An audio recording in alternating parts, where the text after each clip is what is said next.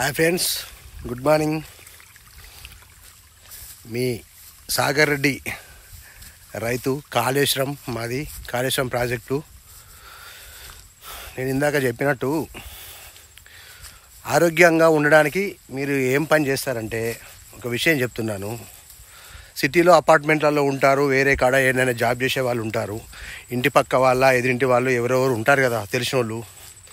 ఒక 4-5 కలిసి 10 క్వింటాల రైస్ మనకు పడతాయి.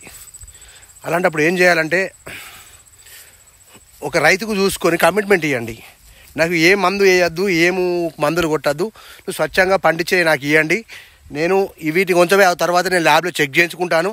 అప్పుడు కనుక మీరు మందు వేసినట్టయితే మీకు చెప్పిన రేట్ ఇవ్వమండి అని మీరు ఒక రైతు దగ్గర కమిట్మెంట్ తీసుకొని, ఒక రైతు అస్సలు మోసం చేయడు, ఖచ్చితంగా అదే రీతిలో పండిస్తాడు.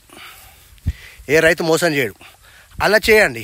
చేస్తే మీకు డబ్బు ఆదా అవుతుంది, రైతు బాగుపడతాడు, రైతుతో పాటు మీ ఆరోగ్యం బాగుంటుంది. ఇలా చేస్తారా? ఎవరు చేయరు మనోళ్ళు. షాప్కి వెళ్ళడమా, 50 కేజీల 25 కేజీల బ్యాగ్ తీసుకొచ్చుకోవడమా, అప్పటి మందం విఐపి బతుకులు మనయి. ఆరోగ్యంగా బతకడం కాదు, విఐపి బతుకులు మనయి. అందుకే మనం ఈరోజు అనారోగ్యంతో కొట్టుమిట్టాడుతున్నాం. అనారోగ్యంతో అన్ని జాగాలలో చాలా వరకు కరోనా ఎఫెక్ట్ బాగా ఉండేది. ఇప్పుడు కొన్ని ట్రైబల్స్ ఏరియాలు ఉంటాయి, అక్కడ ఎలాంటి కరోనాలు లేవు. ఎందుకంటే వాళ్ళు ఆర్గానిక్ ఫుడ్ తింటారు. ఇప్పటికీ కూడా నేను ఛత్తీస్గఢ్లో గోధుమలు, మన చిక్కుడు పప్పు, పెసాలు నేను అక్కడి నుంచి కొనుక్కొచ్చుకుంటా. ఎందుకంటే వాళ్ళు మందులు అనేటివి వాళ్ళకి తెలియదు.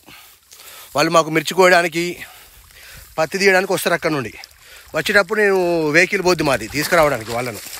అప్పుడు ఏం చేస్తానంటే వాళ్ళ దగ్గర తీసుకుంటాం. మనిషికి 2 కిలోలు 3 కేజీలు మాకు సంవత్సరానికి సరిపోయని తీసుకొచ్చుకుంటాం.